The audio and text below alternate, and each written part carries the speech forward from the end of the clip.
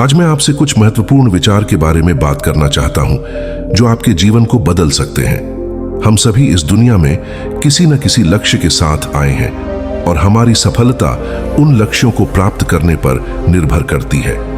लेकिन सफलता केवल भाग्य का खेल नहीं है, इसके पीछे मेहनत, समर्पण और कुछ महत्वपूर्ण नियम होते हैं। आज मैं आपको उन्हीं नियमों के बारे में बताऊंगा जिन्हें अपनाकर आप भी अपने जीवन को सफल बना सकते हैं। एक बार एक व्यक्ति गरीबी से परेशान होकर एक महात्मा के पास गया और बोला कि कुछ लोग इस दुनिया में इतने सफल हैं कि वे करोड़ों रुपए कमा रहे हैं। दुनिया में कुछ लोग ऐसे भी हैं जो गरीबी में जी रहे हैं। ऐसा क्यों होता है और ऐसा क्या दूसरों से अलग करता है? गरीब आदमी का यह सवाल सुनकर महात्मा ने कहा कि अमीर बनने और जीवन में सफल होने के कुछ नियम होते हैं। आज मैं आपको उन नियमों के बारे में बताऊंगा जिन्हें अपनाकर आप सफल व्यक्ति बन सकते हैं और एक समृद्ध और अच्छा जीवन जीते हैं। पहला नियम, अपने लिए एक बड़ा लक्ष्य चुनें। ज्यादातर लोग जिससे पूछा जाता है कि आपके जीवन का लक्ष्य क्या है, तो हम मुस्कुरा देते हैं और कहते हैं कि हमने अभी तक कुछ नहीं सोचा है। अगर यह आपका जवाब है तो इसे आज ही बादल दें। आज आप बैठकर गहराई से सोचिए और अपने जीवन का लक्ष्य बनाएं। नौकरी कोई चुना हुआ लक्ष्य नहीं है, लेकिन हाँ, यह जीवन का एक पड़ाव हो सकता है। इसीलिए अपना सही लक्ष्य चुनें। दूसरा नियम, खोज पर विश्वास करना सीखो। यदि आप वास्तव में सफल होना चाहते हैं तो आपको खुद पर विश्वास करना होगा। आपको विश्वास करना होगा कि आप भी सफल और अमीर हो सकते हैं। बल्कि समस्या यह है कि ज्यादातर लोग डरते हैं। ये उनके आत्मविश्वास को नष्ट कर देता है। अगर आपको भी यह डर सताता है तो खुद से सकारात्मक बातें करना शुरू कर दें। हमेशा सकारात्मक बोलने से आपका डर खत्म हो जाएगा और आत्मविश्वास बढ़ेगा। हमेशा अपने डर का सामना करना सीखें। जीत आपकी होगी। जैसे कि एक छोटा बच्चा अगर गिरने के डर से चलना बंद कर दे तो क्या वह कभी चल पाएगा? इसी सोच के साथ अपने लक्ष्य की ओर बढ़े। 1000 बार गिरो और 1000 बार उठो। तीसरा नियम, जो भी काम करें उसे पूरे जोश के साथ करें। काम का नाम सुनते ही कई लोगों के मुंह लटक जाते, लेकिन जब तक आप अपने काम में आप दिलचस्प नहीं लेंगे, वह कैसे पूरा होगा? इसके लिए काम को टुकड़ों में बांट ले और बीच बीच में थोड़ा आराम कर ले। काम को मजेदार बनाएं और हमेशा खुद से कहे कि मैं जो करता हूं उससे प्यार करता हूं। चौथा नियम, खुद के प्रति सच्चे रहना। लगन से हमारा काम जल्दी हो जाता है, लेकिन आत्मसंयम हमें हमेशा सही दिशा में रखना है। जैसे सुबह जल्दी उठना और समय पर काम में पहुंचना। काम को अधूरा ना छोड़े और फालतू की बातों में समय बर्बाद ना करें, क्रोध ना करें और बहस ना करें। यह सभी चीज हैं जिन्हें करने या ना करने के लिए आपके पास आत्मनियंत्रण होना चाहिए, तभी सफलता मिलेगी। एक पल के लिए मान लो, यदि कोई दुकानदार सही समय पर दुकान नहीं खोलता है तो क्या उसका व्यवसाय ठीक से चल पाएगा? अर्थात जीवन में सफल होने के लिए आपको कुछ मौज मस्ती का त्याग करना होगा। इसलिए खुद पर नियंत्रण रखना सीखे। पांचवा नियम, बचत करने की आदत डालें।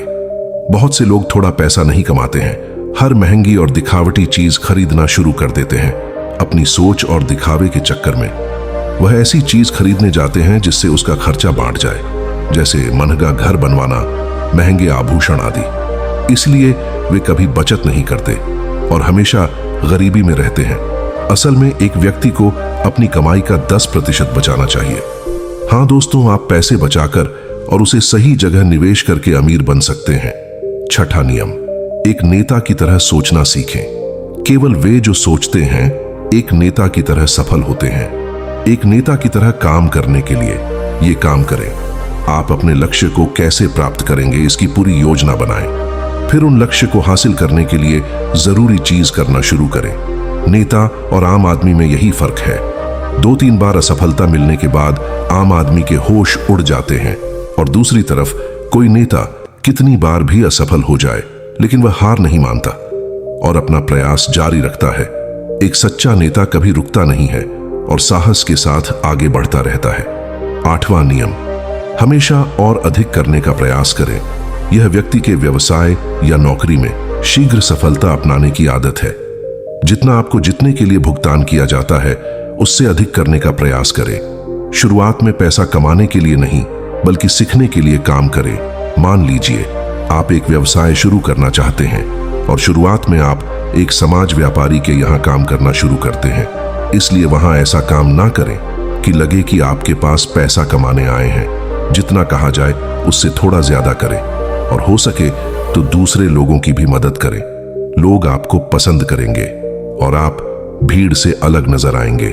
9वां नियम, अपने व्यक्तित्व को आकर्षक बनाएं। सफल होने में व्यक्ति का टाइम और पर्सनालिटी भी बहुत बड़ी भूमिका निभाती है।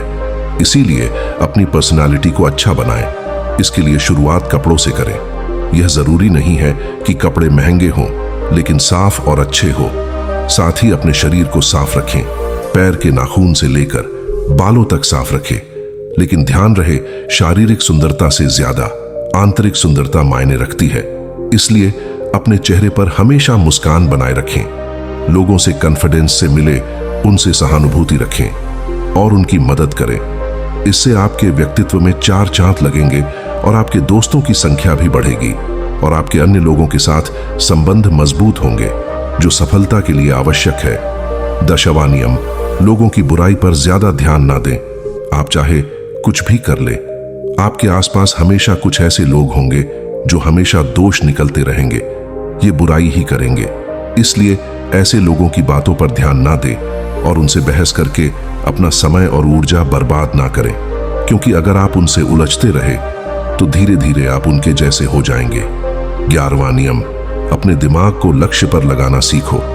ऐसा व्यक्ति कभी भी सफलता प्राप्त नहीं कर सकता जो थोड़ी सी परेशानी आने पर अपने लक्ष्य को छोड़ देता है या दूसरे सफल व्यक्ति को देखकर सोचने लगता है कि उसका काम ज्यादा फायदेमंद और आसान है और अपना काम बीच में छोड़कर खुद ही दूसरे के बहकाव में आ जाता है। चुपचाप बैठो और अपना लक्ष्य तय करो। उसके बाद पीछे ना हटो।